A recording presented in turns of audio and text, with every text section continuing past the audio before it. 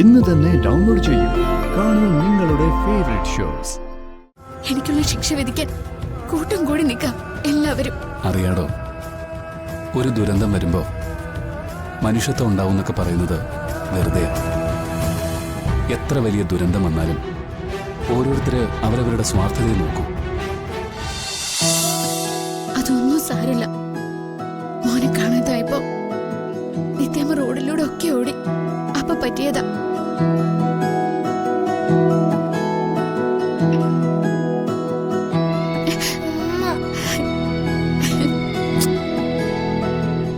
ഒക്കെ ഭേദാവട്ടോ.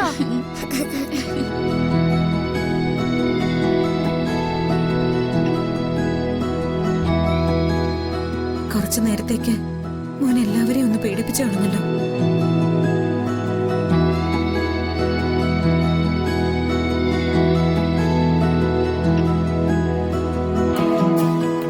ഹരിയേട്ടാ, യഥാർത്ഥത്തിൽ എന്താ സംഭവിച്ചത്? മോൻ പറയുന്നതനുസരിച്ച് അവനെ രക്ഷിക്കാൻ ശ്രമിച്ചു വന്ന. പക്ഷെ ഞാൻ മോനെ കാണുമ്പോ വീണ കുഞ്ഞിന്റെ കൂടെ ഇല്ലായിരുന്നു.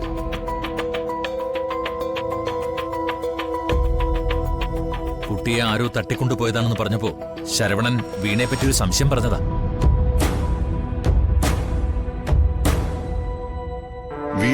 വീണ അത് ചെയ്യും സാർ.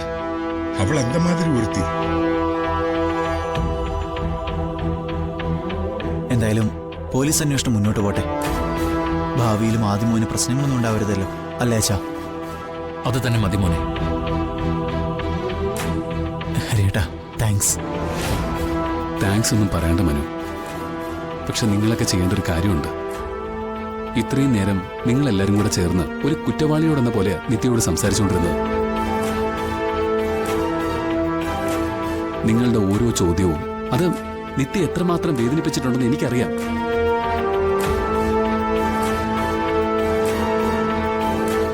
അറ്റ്ലീസ്റ്റ് ഒരു സോറി എങ്കിലും നിങ്ങൾ അതിന് പറയണം. ശരി ഹരിയേട്ടാ, ഞാൻ ചെല്ലട്ടെ.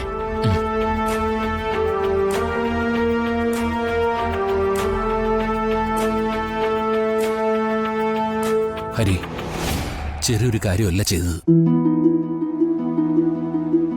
നിത്യയ്ക്ക് വേണ്ടിയുള്ളൊരു കാര്യമല്ലേ. എത്ര റിസ്ക് ഉള്ളതാണെങ്കിലും അയാൾ കരയാൻ പാടില്ല.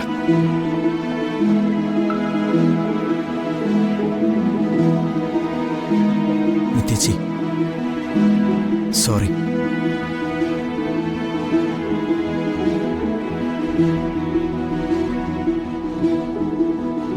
നിയന്ത്രണം വിട്ടപ്പോ എല്ലാവരും നാവിൽ നിന്നും ചിലത് വന്നിട്ടുണ്ട്.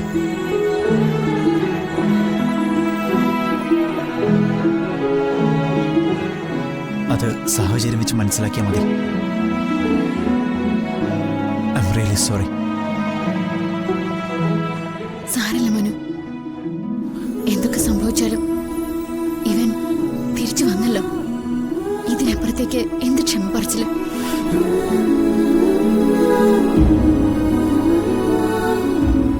വേദനിപ്പിക്കാൻ വേണ്ടി പറഞ്ഞ വാക്കുകളൊന്നും ആർക്കും പിൻവലിക്കാൻ പറ്റില്ല.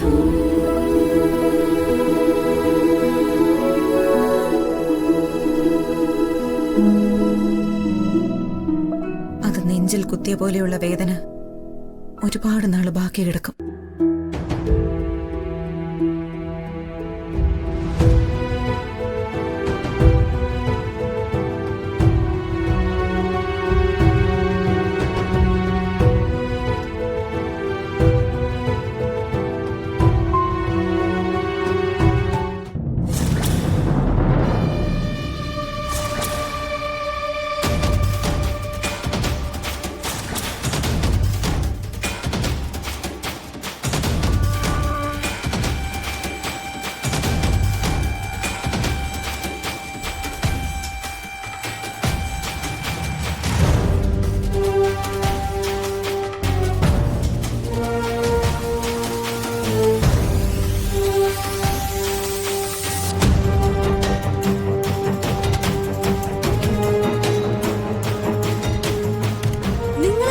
പറയേ.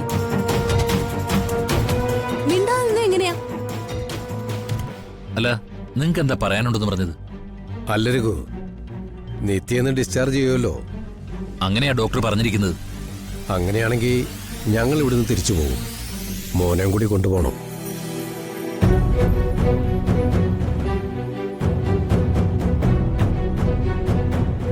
അല്ല ചേട്ടാ, നിത്യയുടെ ഇപ്പോഴത്തെ അവസ്ഥ അറിയാലോ. 1-2 ദിവസങ്ങൾ കൂടി മോനെ ഇവിടെ കൂടെ നിർത്തിയിട്ട് ആ 2 ദിവസത്തിനുള്ളിലേ ഇതുപോലെ എന്തെങ്കിലും സംഭവം ഉണ്ടായാലോ?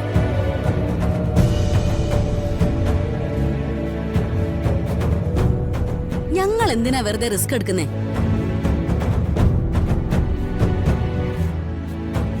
നിങ്ങൾ എന്താ മിണ്ടാതെ നിൽക്കുന്നേ? നിനക്കെന്താ മോനെ വേണ്ടേ? അമ്മ ആദ്യം ഇപ്പൊ ഞങ്ങളുടെ കൂടെ വിട്ടേ പറ്റൂ. മോളെ അത് நீங்க எல்லாரும் பார்க்கலையா? ஆதி திரும்பி வந்தபோது அவன் நித்யா மேடத்துக்கிட்ட எப்படி பழகிட்டு இருந்ததுன்னு. அவன் வரமாட்டான்.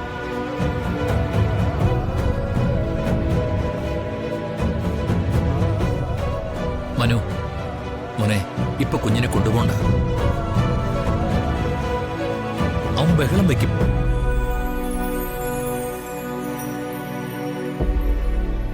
നമ്മളായിട്ട് ഈ ഹോസ്പിറ്റലിൽ അങ്ങനെ ഒരു അന്തരീക്ഷം ഉണ്ടാക്കണം. എവിടെ നിന്നാലും ഇതൊക്കെ തന്നെ ആവും സ്ഥിതി.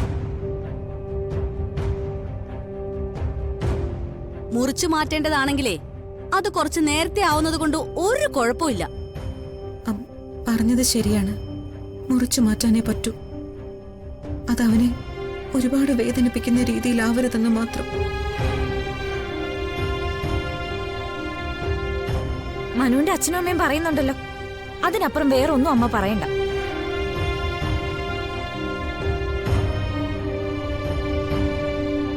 ആന്റി, ആദ്യയെ കൊണ്ടുപോകുക എന്നത് പ്രാക്ടിക്കലായ ഒരു കാര്യം തന്നെയാണ്. പക്ഷേ പ്രാക്ടിക്കലായി ചിന്തിക്കുമ്പോൾ ഇവിടെ വെച്ച് സംഭവിക്കുന്നത് നല്ലത് തന്നെയാണ്.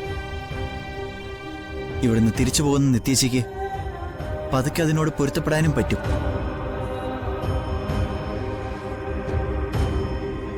ആദ്യയുടെ സങ്കടങ്ങൾ മാറ്റിയെടുക്കാൻ ഞങ്ങൾക്കും പറ്റും.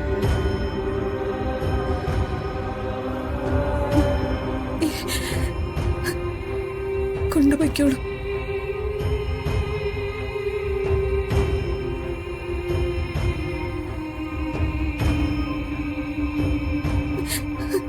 പിന്നെ അവള് ചോദിച്ചതുപോലെ അവള് അവകാശമൊന്നും അല്ലല്ലോ.